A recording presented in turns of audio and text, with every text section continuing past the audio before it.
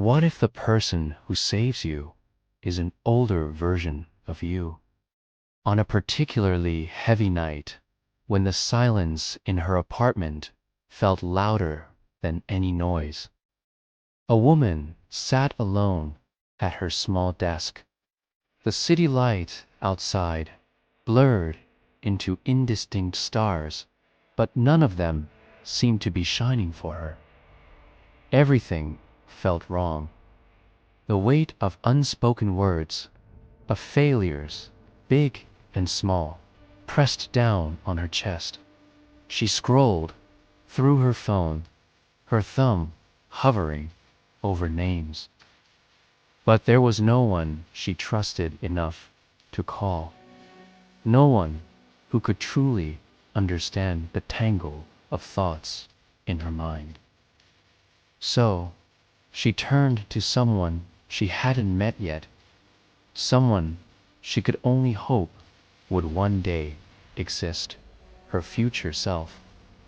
With a pen in hand, she faced a blank page, ready to send a message across time. In that first letter, her hand trembled slightly. The words didn't come easily. They were whispered onto the paper, fragile and raw. "I hope you are still here," she began. It was less a sentence and more a desperate plea. "I hope you are kinder to yourself than I am right now. I hope you've learned to forgive the mistakes I'm so caught up in. If you are reading this, it means we made it. It means you didn't give up. So, thank you. Thank you for not giving up on me." She folded the paper, the crease sharp and definite. She slid it into a plain white envelope, sealed it, and, with a steadying breath, wrote on the front, "Open in 1 year." It felt like casting a bottle into an unknown ocean. That first letter wasn't the last. It became a ritual, a secret conversation with time itself. After punishing days at work, she would come home and fill pages with her tears, her frustrations, her doubts. The ink would sometimes smudge from a fallen drop, a permanent record of her sorrow. She'd ask her future self questions she was too afraid to ask anyone else. Did we ever figure out what we want? Are we happy yet? Did we ever learn to say no? But it wasn't just for the bad days. After small, quiet victories, successful presentation, a genuine laugh with a friend, a moment of peace, watching the sunset, she would write again. "You did it," a letter might say, filled with a sense of quiet pride. "Remember this feeling. Hold on to it." Each letter was a time capsule. Some envelopes were marked for the near future, 3 years from now, while others were for a distant, unimaginable self, 5 years from now, or the most poignant of all, "Open when you feel lost again." As the years drifted by, the first of the return dates arrived. She found that first envelope, the one marked "Open in 1 year." Her hands shook as she opened it, just as they had when she wrote it.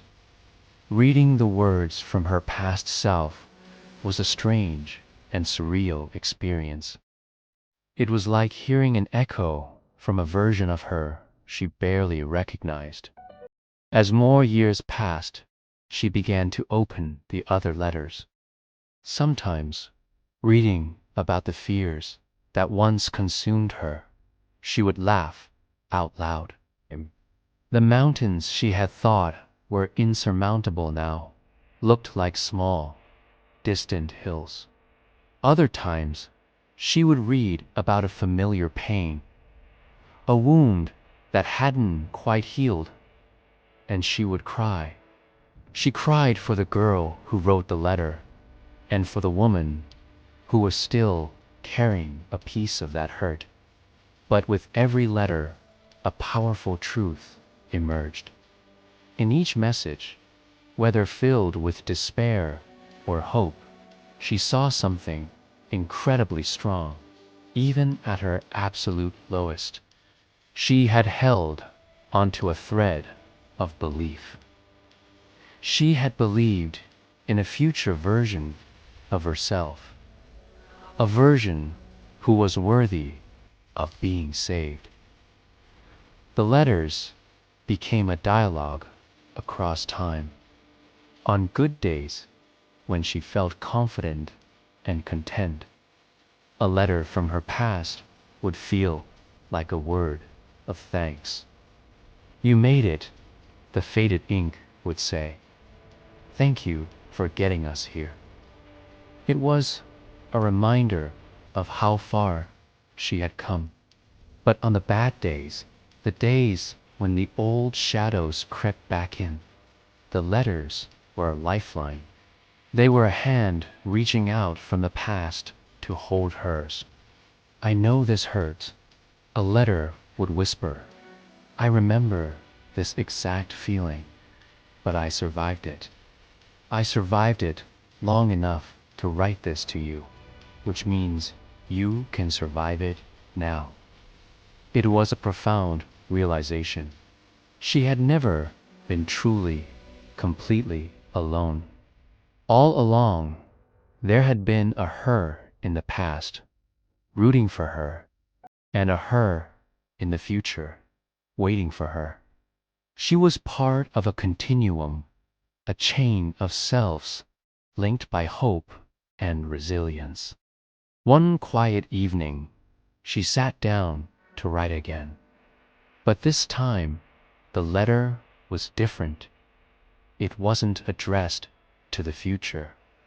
It was addressed to the past. "Dear younger me," she began, a soft smile playing on her lips. She didn't write about her accomplishments or the life she had built. Instead, she wrote a letter of gratitude. She thanked the girl who kept walking even when her legs felt like lead. The girl who carried a universe of pain without having the language to describe it. She thanked the girl who chose, day after day, to stay alive long enough to become the woman she was now. She sealed the letter, but she didn't write a date on it. This one wasn't meant to be opened. Its purpose was simply in the act of writing it, a final, loving acknowledgement of the journey. You are not just one version of yourself. You are a whole line of survivors, all wearing your name. Each past version of you is a hero who fought battles you've already won. Each future version of you is a promise you are keeping to yourself. She gently closed the box filled with letters, old and new, and placed it on a shelf. She left a little space next to it for all the letters yet to be written. I hope this story resonated with you. If you're looking for more stories to help you learn and reflect, you've come to the right place. Be sure to subscribe for more content just like this. Thank you for watching.